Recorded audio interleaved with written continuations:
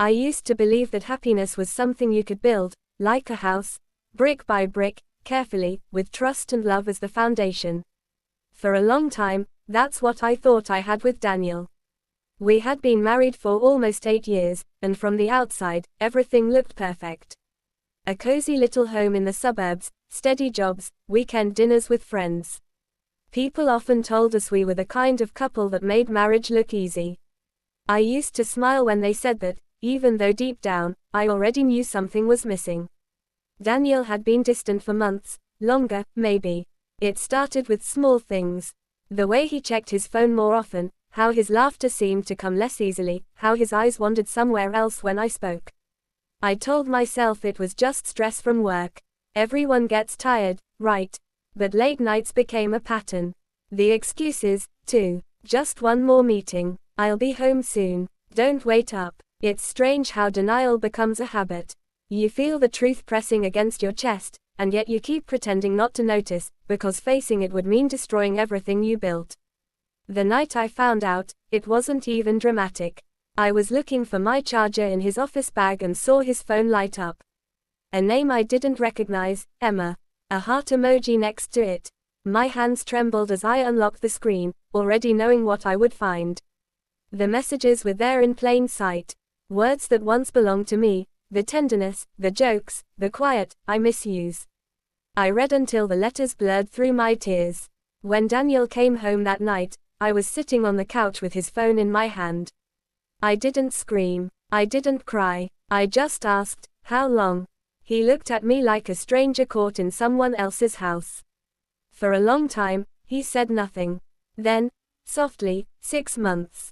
That was the moment something inside me broke, not with noise, but with silence. He packed a bag the next morning. He didn't ask me to forgive him. I think we both knew there was nothing left to save. After he left, the house felt too quiet. The kind of silence that hums in your ears and makes you wish for noise, any noise, to fill the space where love used to be. Days passed in a blur. I stopped cooking, stopped answering calls. I slept too much, then not at all. The bed felt too big, the nights too long. I would stand by the window, watching other people live their lives, wondering how they did it, how they kept moving when the person they trusted most had torn their world apart. One afternoon, I was driving aimlessly when I saw him, a dog standing by the side of the road, drenched in the rain. He was thin, trembling, with matted fur and eyes that looked too human in their sadness. I don't know why I stopped. Maybe because he looked the way I felt, lost, unwanted, forgotten. I got out of the car and crouched down. "Hey, it's okay," I whispered. He backed away at first, then slowly came closer. I wrapped him in my coat and took him home. I named him Charlie. The first few days were hard. He wouldn't eat much, barely moved from the corner of the room. He flinched at sudden sounds. I kept talking to him, quietly, telling him it was safe now, that I wouldn't hurt him. I wasn't sure if I was talking to him or to myself. Taking care of Charlie gave me something to wake up for. Feeding him, brushing his fur, taking him on short walks, those small acts pulled me out of the fog I had been living in. He followed me everywhere, even to the kitchen, even to the bathroom door. It was as if he was afraid I'd disappear. I started noticing little things again, the morning light spilling through the curtains, the smell of rain, the way Charlie's tail wagged when I said his name. One evening, while sitting on the porch, he rested his head on my lap and sighed. That sound, pure trust, broke me open. I cried for the first time in weeks, really cried, until there was nothing left inside me but quiet. Charlie didn't move. He just stayed there, warm and steady. That night, I realized I wasn't alone anymore. Over time, something shifted. The pain didn't vanish, but it became softer, like an old scar. Charlie started to heal too. His fur grew shiny again, his eyes brighter. When we went on walks, people smiled at us. Sometimes, I even smiled back. It was strange, how a creature that had been abandoned could teach me so much about loyalty. Charlie never asked questions, never judged. He was just there, reminding me every day that love doesn't always betray you. Sometimes, it arrives in unexpected shapes, like a dog with sad eyes and a golden coat who showed up the day I needed him most.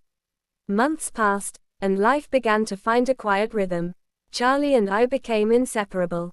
He would wake me up every morning with his wet nose pressed against my cheek, tail wagging with such joy that I couldn't help but laugh. It was strange how something so simple could feel so sacred. I had once built my happiness around another person, now it existed in small moments: a walk in the park, a shared meal, the sound of paws against hardwood floors. One cold Sunday, as I was pouring coffee, my phone rang.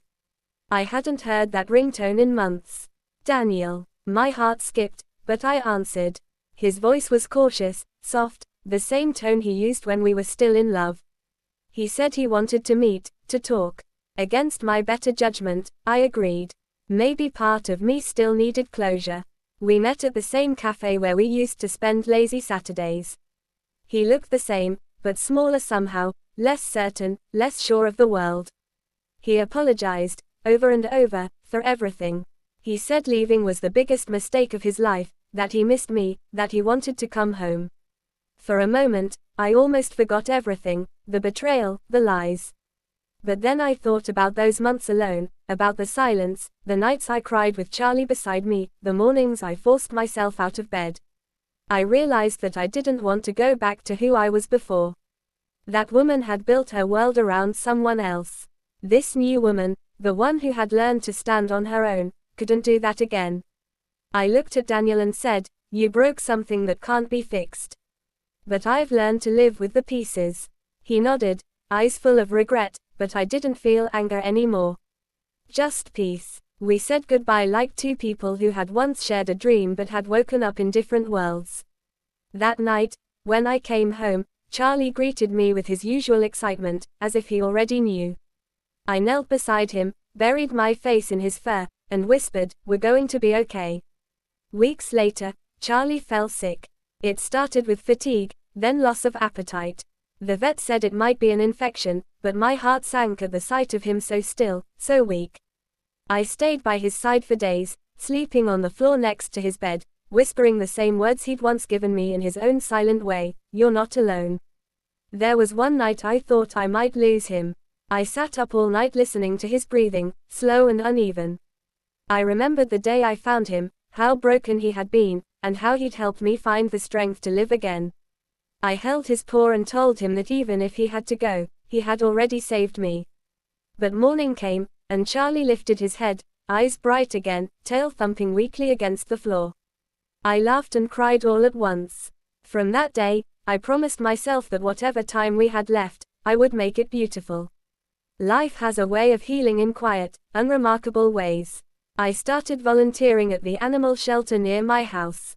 Every time I saw a frightened dog take its first trusting step toward a stranger, I saw a reflection of my own story: fear giving way to love, pain turning into hope.